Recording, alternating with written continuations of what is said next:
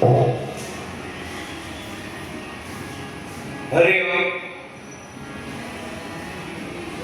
માનનીય કથાકાર શ્રી નિશિતભાઈ ઉપાધ્યાયના વ્યાસાસને પુરુષોત્તમ માસની કથા સરસ રીતે ચાલી રહી છે અને એનો અનેક લોકો લાભ લઈ રહ્યા છે.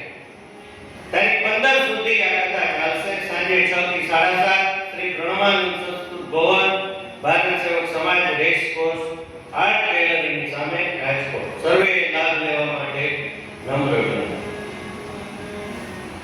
પુરુષોત્તમ માસની અંદર જે આપણે પુણ્ય કાર્ય કરીએ છીએ તેનું આપણને અનંત ગણું ફળ મળે છે. આપણે જાણીએ છીએ કે ભક્તિ કઈ રીતે કરવી. પ્રથમ ભગતિ સંતન કર સંગા, દૂસરી ભગતિ મમ કથા પ્રસંગા. એટલે કે જે ભક્તિ જે છે એના જુદા જુદા પ્રકાર બતાવ્યા છે. શ્રવણથી કોણે ઈશ્વરને પ્રાપ્ત કર્યા હતા?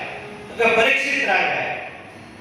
આપણે જાણીએ છીએ કે એમને 8 દિવસમાં એનું મોત થશે એમ કહેવામાં આવ્યું હતું અને એટલે એને રાજપાટ ઉપરથી વૈરાગ આવી ગયો અને એમણે ભાગવત કથા સાંભળી અને એની મુક્તિ થઈ. કીર્તન, સુખદેવ, સ્મરણ એટલે પ્રહલાદ, એટલે હિરણી પછી કોઈ ના પાડી કે ભાઈ ભગવાનનું નામ ન લેવું રાયનું. તો એ પ્રહલાદે ઈશ્વરને છોડ્યા. કહ્યું છે ને કે હરિને ભજતા હજી કોઈની લાજ જતી નથી જાણીને, જેની સુરતા સાંભળ્યાને કાજ વધે વેદવાણી રે. વાલે ઉગાડ્યો પ્રહલાદ, હિરણ્યકશ્યપ માર્યો રે. વિભીષણને આપ્યું રાજ, રાવણને સહાર્યો રે. વાલે મીરાતે બાઈના ઝેર હળાહળ પીધા રે. પાંચાલીના પૂરા ચીર પાંડવ કાજ કીધા રે. એવો હરિભજવાનો લાવો, ભજન કોઈ કરશે ને કર જોડી કહે છે પ્રેમળદાસ, ભક્તોના દુઃખ હરશે રે. પછી આવે પાદ સેવન. પાદ સેવન આપણે જાણીએ છીએ કે વિષ્ણુજીના પગ પાસે લક્ષ્મીજી બેઠા હોય છે. તો એ અર્ચના એ જે છે એ પૃથુરાજા, વંદના એ અક્રૂરજી એ વંદન ભક્તિ કરી હતી. દાસ્ય ભક્તિમાં હનુમાનજી શ્રેષ્ઠ છે. હનુમાનજી જેવો દાસ થયો નથી અને થવાનો નથી.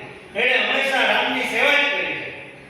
રામને કહ્યું એને કે ભાઈ મારે શું કરવું પછી તમે ગામનો સોંપો ત્યારે, કે તું અહીંયા બારના પાસે બેસ, હું તને બોલાવીશ ગમે ત્યારે. અને એ હનુમાનજી આપણે જાણીએ છીએ કે આખું રામાયણની અંદર એની વાત આવે છે કે જ્યારે રામને જરૂર પડી ત્યારે એણે દાસ્ય ભાવે એમને સેવા કરી હતી. એ પછી આવે છે સખ્ય ભાવ. તો અર્જુન, કૃષ્ણ અને અર્જુન. કૃષ્ણ કહે છે કે તું મારો સખા છે એટલે હું તને કહું છું, અને છતાં પણ ગીતાનો ઉપદેશ આપ્યો છે. એમાં અર્જુનને ક્યાંય ફોર્સફુલી કહ્યું નથી કે હું તને કહું છું કે જા ભાઈ તું લડવા જા. ગીતાજીની અંદર જે વાત કરી છે એ સ્વધર્મની વાત કરી છે. સ્વધર્મ દરેકે એનો બજાવવાનો છે અને માણસનો જ્યારે જન્મ થાય છે ને ત્યારથી જ એનો સ્વધર્મ થાય છે. ભગવાન કૃષ્ણને સમજાવે છે કે તું ક્ષત્રિય છે. તું જો આ લોકોને નહીં માર તો પણ એ લોકો તો મરેલા જ છે, પણ તો તારી અપકીર્તિ થશે. એમ કરીને આખા ગીતાજીના 18 અધ્યાય સમજાવીને વાત કરે કે યથા ઈચ્છસી તથા કુરુ એમ કીધું કે હવે તારે જે કરવું એ કર. અને પછી અર્જુને કીધું કે ભાઈ ના તમે કહ્યું બરાબર છે, હું તમારી વાત સાથે સમજ છું. તો એ રીતે એને સખ્ય ભાવ અને પછી આત્મનિવેદન એટલે કે બલિરાજા આત્મનિવેદનની ભક્તિ કરી. કોઈ પણ રીતે આપણે ભક્તિ કરવાની છે, પુણ્ય એકઠું કરવાનું છે અને આ પુણ્યથી આપણે પણ કરવાનું છે, આપણા કુટુંબને પણ કરવાનું છે.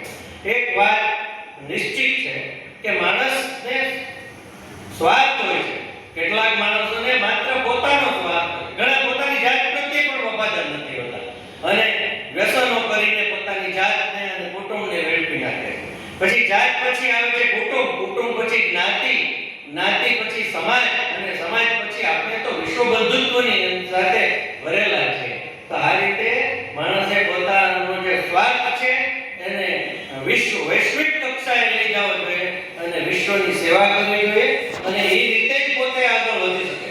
તમે જો કોકને ખવડાવશો તો તમને કોક ખવડાવશે. તો ભગવાન ભાઈ ગુરુએ જે શિષ્યને વિદાય આપી ત્યારે એમ કહ્યું કે ભાઈ માતૃદેવો ભવ પિતૃદેવો ભવ. જો આ વાત બધાએ માની હોત તો આજે વૃદ્ધાશ્રમમાં ન હોત. પછી કહ્યું કે આચાર્ય દેવો ભવ. એ વાત માની હોત તો આજે આપણે કહીએ છીએ કે ભાઈ શિક્ષકોની પરિસ્થિતિ સારી નથી. અતિથિ દેવો ભવ. આજે કોઈ કોઈને ત્યાં જવાની વાત બહુ ઓછી થઈ ગઈ છે. કોઈ કોઈને ત્યાં ઓચિંતું તો જાતું જ નથી. હવે તો ફોનની ને બધી સગવડતા થઈ ગઈ એટલે પૂછવું પડે કે ભાઈ તમને અનુભવ છે? પહેલાનો વખત એવો હતો કે માણસ જઈને બેસે એટલે એને ત્યાં એની આગતા સ્વાગતા કરે, જમાડીને જ મોકલે, જમવાનો ટાઈમ હોય.